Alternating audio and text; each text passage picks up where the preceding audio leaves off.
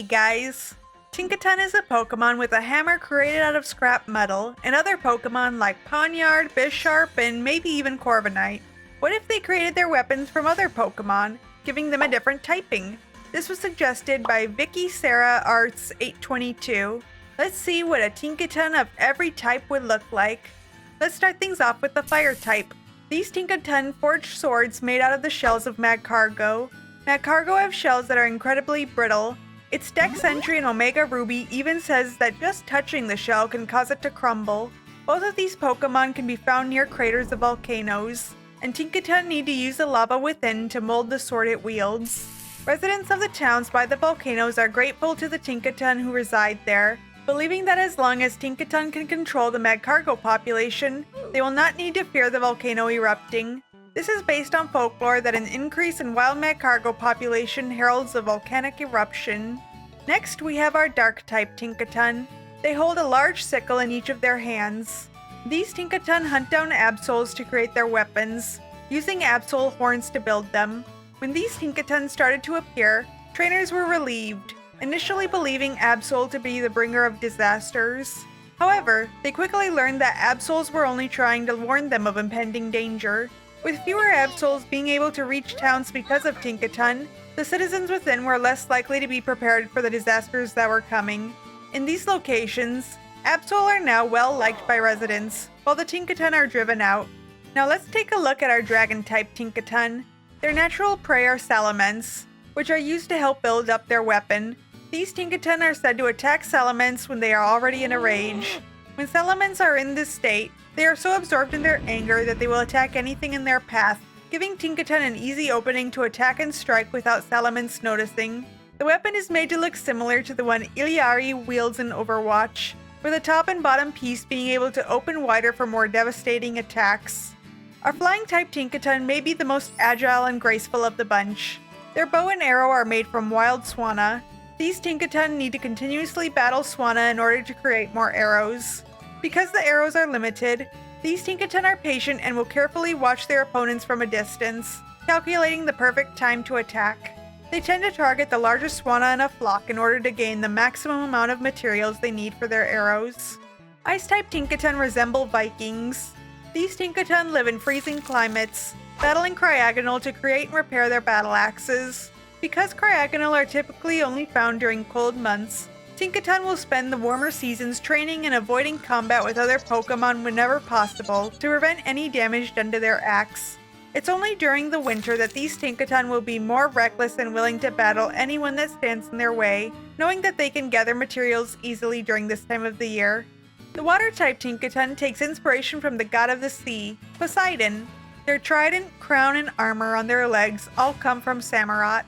These Tinkaton can control water with their tridents, using waves to carry them throughout the sea. In battle, they will even use their trident to create storms. The onslaught of rain mixed with the powerful crashing waves is often enough to overwhelm their opponents, while Tinkaton herself can then attack them directly. The weapon of choice for the Grass-type Tinkaton is a whip. This weapon is created from winning battles Tinkaton has over the Pokemon Ferrothorn. These Tinkaton will use their powers over grass to attach multiple Ferrothorn discs to the end of their weapons. Just like Ferrothorn, Tinkaton are able to use the end of their whips to climb across rock walls. They love to make their way to the ceilings of caves and attack their enemies from above. Next we have our Ground-type Tinkaton. Their large claw weapons may look very similar, because they are identical to the claws of Excadrill. These Tinkaton don't use these claws to dig, but instead use them to control the earth below them. They will dig their claws deep into the ground, sending shockwaves out to create trembles and earthquakes. This tactic is used to battle Excadrill. Since the mole Pokemon has the advantage below ground, this tactic forces them above the surface and into a more vulnerable position. Tinkaton will then unearth the claws to swipe their opponent and block attacks. This Tinkaton is a ghost type and resembles a mini Grim Reaper. The scythe itself is made in part by Chandelure. The end of the scythe is a flame made out of ghostly energy rather than metal. Chandelure are said to absorb spirits, burning them and causing the poor soul to wander for eternity. These Tinkaton wield that power at the end of their scythe, which can then be used to separate body and spirit. Now let's take a look at the normal type Tinkaton. They battle with a large paintbrush. Smeargle is their rival, both in battle and in art. The Pokemon fight for territory, each covering the towns they reside in with graffiti. Tinkaton and Smeargle will put their graffiti symbols next to each other or even on top of one another, signaling to the other that they are ready to battle. Tinkaton can use the fluid at the end of their brush to create fake Pokemon, each with their own signature type of move. Then there's the fighting type Tinkaton. These Tinkaton fight with massive gauntlets. Their gauntlets can be used to punch objects or opponents with incredible force, and can pulverize just about anything in their path. They fight against Hitmonchan to get materials for their powerful weapons. The battles between the two Pokemon are exhilarating for the first 3 minutes, and then immediately peter out as both Pokemon need to take a break to collect themselves and regain their energy.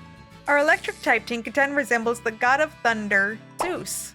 It's said that if a storm suddenly starts out of nowhere, it's a sign that one of these Tinkaton is involved in combat.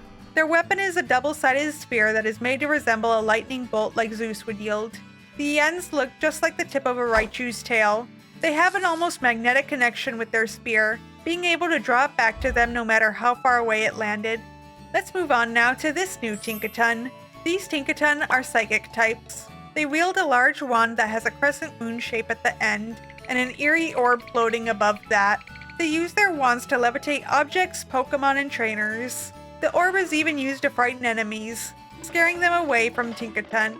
Near the time of a full moon, these Tinkaton will go out and look for Lunatone to battle, as the moon-shaped Pokemon is only active during this time. It's said that these battles take place for Tinkaton to absorb more power into their wand. The poison-type Tinkaton is inspired by Naruto. Their weapon is a larger version of a kunai. The tip of this weapon is covered by a poisonous purple liquid. They create their weapon from the scales of Seviper. It's said that the only thing that can stop a quarrel between Zangoose and Seviper is a poison-type Tinkaton. Seviper will want to defend themselves against the tiny attacker, while Zangoose is willing to help because they don't want another Pokemon to knock out their mortal enemy before they do. This bug-type Tinkaton is the only Tinkaton that has 2 distinct weapons. They wield a lance as well as a shield. They will hide behind their shields when battles begin, in an attempt to have their opponent exhaust themselves. Only then will they withdraw their shield and strike out with their lance. Both weapons are said to be created by materials from Beedrill.